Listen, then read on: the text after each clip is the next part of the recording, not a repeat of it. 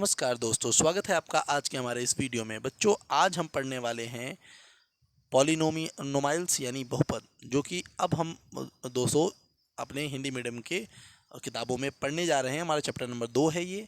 सबसे पहले बात करें दोस्तों बहुपद कि बहुपद आखिर होते क्या हैं। तो ऐसे बीजीय व्यंजक जिनमें चर राशियां केवल ऋणात्तर पूर्णांक घात के रूप में हों, बहुपद कहलाती हैं।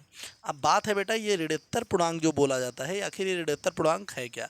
ऋणात्तर का अर्थ होता है बेटा, या तो आपका जो वैल्यू है वो धनात्मक हो, या तो आप कह सकते हैं शून्य। ठीक, ऋणात्तर में मतलब धनात्मक और शून्य दोनों आ जाते हैं। यानी कहने का अर्थ ये है कि सीधी सीधी, जैसे अगर कहीं पर भी कोई भी आपको एक बहुपद दिया जा रहा है, बात को समझिएगा। जैसे मान लेते हैं हम एक बहुपद दे रहे हैं आपको, जैसे मान लीजिए, देखिए 3x² माइनस 6x और प्लस 8, इस तरीके से। अब आप अगर यहाँ पे देखेंगे तो जो हमारे पास चर राशियाँ हैं, जैसे ये एक्स है ना, एक्स एन दोनों, तो इन पे जो ये घात हो, यानी जो इन पे आप ऐसे समझ लीजिए, जो ए से जेड यानी एक्स वाई जेड हो, चाहे ए बी सी डी हो, ठीक, चाहे डी एफ हो, चाहे एस टी हो, कुछ भी हो, इनके जो घात हों बेटे, वो याद रखेगा, वो -1 -2 -3 नहीं होने चाहिए। ना तो ये एक्स हम बटे में होना चाहिए। अगर बटे में भी होगा तो भी, अगर हम मान लीजिए 1/x है, तो अगर ऊपर लेके जाएंगे तो एक्स इन्वर्स हो जाएगा ना। तो इसलिए याद रखिएगा कि बहुपद जो होते हैं उनमें जो ये चर राशियां होती हैं उनका जो घात होता है, ठीक, वो प्लस में होता है या तो शून्य होगा। ठीक, ये बात हमेशा याद रखिएगा, कभी भी ये माइनस नहीं होना चाहिए। बहुपद के लिए सबसे पहला जो है आपको पॉइंट यही है। अब देखिए, जैसे ये यक्स है तो यहाँ पे 3 हमने लिखा, तो इसको हम क्या बोलते हैं बेटा, इसमें इनको हम गुणांक बोलते हैं। क्या बोलते हैं बेटा, इन्हें हम गुणांक बोलते हैं। ये आपको याद रखना है कि अगर कहीं पर इन चर राशियों के आगे जो वर्ड लिखे होते हैं उन्हें हम क्या बोलते हैं, गुणांक कहते हैं। ये बात आपको याद रहेगी, मुझे भी आशा है। बस आपको याद ये रखना है कि कहीं पर भी घात, याद रखिएगा, माइनस में ना होने पाए बेटा। ठीक, जैसे अगर हम मान लेते हैं, एक उदाहरण दिखा देते हैं आपको। जैसे मान लेते हैं 1/x+2, कहीं पर 1/x+2 है, तो आप इसको जो है क्या कहेंगे, बहुपद नहीं है। क्योंकि अगर हम इसको ऊपर लेके जाते हैं तो ये देखिए, इस पर अभी घात क्या है बेटा, 1 है। अगर हम इसको ऊपर लेके जाते हैं तो यहाँ पे क्या हो जाएगा, x+2, लेकिन किस में बेटा, इनवर्स में हो जाएगा। ठीक, तो ये बिल्कुल नहीं होगा, क्योंकि यहाँ पे भी घात अगर हम हटाएंगे तो ये माइनस में हो जाएगा और ये हमारे पास भी माइनस में हो जाएगा। इसलिए ये, इनको हम क्या बोलेंगे बेटा, कि ये हमारे पास बहुपद नहीं है। ये हमारे क्या रहे हैं बेटा, बहुपद नहीं है। याद रखिएगा कि आपका बटा में नहीं होना चाहिए, प्लस उसके बाद आपका जो ये जो चर राशि है, इसका जो घात है बेटा, वो माइनस में बिल्कुल नहीं होना चाहिए। ये बात आपको याद रखनी है। तो बहुपद के लिए पहला नियम यही था। अब दूसरी अगर बात करें भैया, बहुपद की जो घात होती है, इसके बारे में बहुत ज़्यादा बतलाई हो जाती है भैया, कि आखिर बहुपद की घात क्या होती है। ठीक, तो बहुपद की घात के बारे में भी बहुत ज़्यादा बात होती है कि बहुपद की घात कितनी है। तो याद रखनी होती है बेटा कि किसी भी बहुपद में जो सबसे बड़ी घात होती है वही बहुपद की घात कहलाती है। उदाहरण के तौर पे, जैसे मान लेते हैं कहीं पर 5x² प्लस 7 है, और आपसे पूछ लिया कि इस बहुपद की कितनी घात है, तो इसमें जो सबसे बड़ी घात है वो कितनी है बेटा, वो 2 है। तो यानी ये क्या होगा बेटा, ये 2 घात का बहुपद होगा। ये क्या होगा बेटा, 2 घात का बहुपद होगा। अगर कहीं पे 5x पे घाते 8 प्लस x पे घाते 7 प्लस 4x² है, तो इसमें सबसे बड़ी घात क्या है, वो 8 है। यानी वो 8 घात का बहुपद है। कहीं पर अगर 9x पे घाते 8 प्लस 4y पे घाते 10 प्लस 9x है, तो इसमें जो सबसे बड़ी घात है वो क्या है बेटा, वो 10 है। यानी ये 10 घात का बहुपद है। यानी बहुपद की जो घात हम पढ़ेंगे बेटा, उसमें आपको ये समझना बहुत ज़रूरी है कि बहुपद की घात वही होती है जो सबसे बड़ी घात होती है। ये बात आपको एकदम अलाउड अपने दिमाग में एकदम फिट करके रखना होगा। अब देखते हैं, तो आ जाता है बहुपद के प्रकार।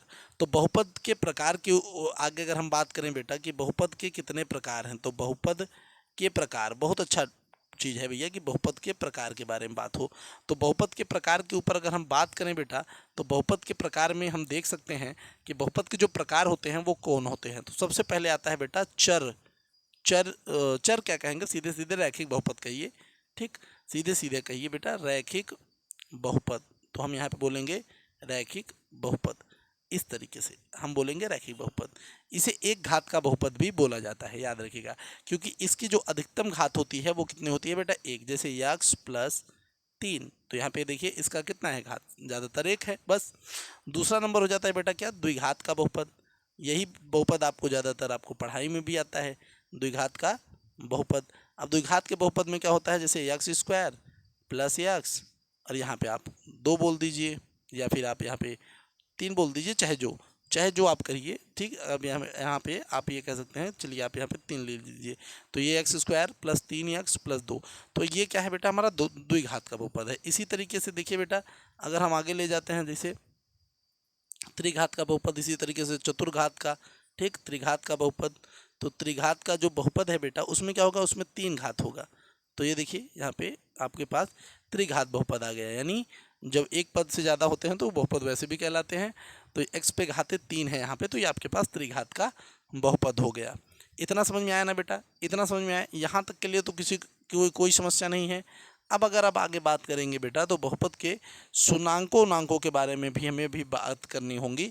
तो बहुपद के शुनांक क्या होते हैं, ये सब बातें थोड़ी सी आपको यहाँ पे हम बताते हैं। देखिए जैसे कि अगर आप कोई भी जब सवाल करेंगे बेटा इसमें, तो आप कैसे करेंगे, क्या होगा इसमें, हम थोड़ी सी बातें यहाँ पे आपको समझाने का प्रयास करेंगे। ठीक बेटा, ध्यान दीजिएगा। देखिए इसमें क्या होता है बेटा, कि जैसे मान लेते हैं कि हमारे पास क्या हो जाता है, कि एक हमारे पास इस तरीके से एक मान लेते हैं, हमारे पास निर्देशांक होते हैं, जिनमें हम इसको x कहते हैं, इसे हम x डैश से दिखा देते हैं, यहाँ पे हम y ले लेते हैं और यहाँ पे हम y डैश दिखा देते हैं, सीधी बात है, ठीक। अब देखिए, अगर कोई ऐसी रेखा हो जो इसको काट रही हो, तो एक जगह काटी, तो यानी एक शून्य हो सकता है, जिस रेखा के लिए खींचा, मतलब जिस बहुपद के लिए खींचा जा रहा है। अगर 2 बार काटे यानी इसके 2 बहुपद हो सकते हैं। यहाँ पे काटे तो बहुपद के, माफ करिए, शून्य हो सकते हैं। यहाँ 3, यानी यहाँ पे 3 शून्य हो सकते हैं। आखिर ये शून्य क्या होते हैं, तो बात आ जाता है बेटा शून्य की। तो शून्य हमेशा तभी माना जाता है जब कोई रेखा, एक्स वाली रेखा, इस रेखा को काटती है, तो जितनी जगह पे काटती है हम मानते हैं कि उतने ही शून्य उसमें पाए जाएंगे उस बहुपद के। तो अब शून्य क्या होता है मैं बताता हूँ। देखिए जैसे x square plus 3x plus 2, शून्य क्या होता है बेटा, वो शून्य एक ऐसी संख्या होती है जो कि x की जगह पे रखने पर सारे के सारे चीज मानों को 0 कर देगी।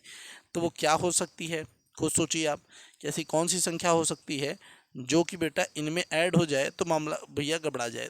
तो देखिए अगर यहाँ पे हम -1 रख देते हैं, तो देखिए -1 का स्क्वायर प्लस 3 गुणते -1 और ये प्लस 2। अगर -1 रखते हैं तो -1 का स्क्वायर 1 हो जाएगा, प्लस 3 का और 1 का करेंगे तो ये -3 और यहाँ पे प्लस 2। अब ये प्लस माइनस आपका माइनस हो जाएगा, तो ये -3 और ये प्लस 2। अब देखिए आप खुद यहाँ पे अगर आप 1 में से 3 लेके जाएंगे तो -2 प्लस 2 और ये लास्ट में आपका कट जाएगा 0। तो यानी शून्य वो संख्या होती है जो कि सारे के सारे बहुपद के मान को क्या कर सकती है बेटा, 0 कर सकती है। अब आप इस बात को इस तरीके से समझिए। आया बात समझ में कि नहीं, आया बात समझ में कि नहीं, बताइए। एकदम क्लियर, एकदम क्लियर। इसी तरीके से बेटा आपको जो है आपका पहला प्रश्नावली भी है। तो चलिए बेटा अपनी पहली प्रश्नावली को हम सॉल्व करते हैं।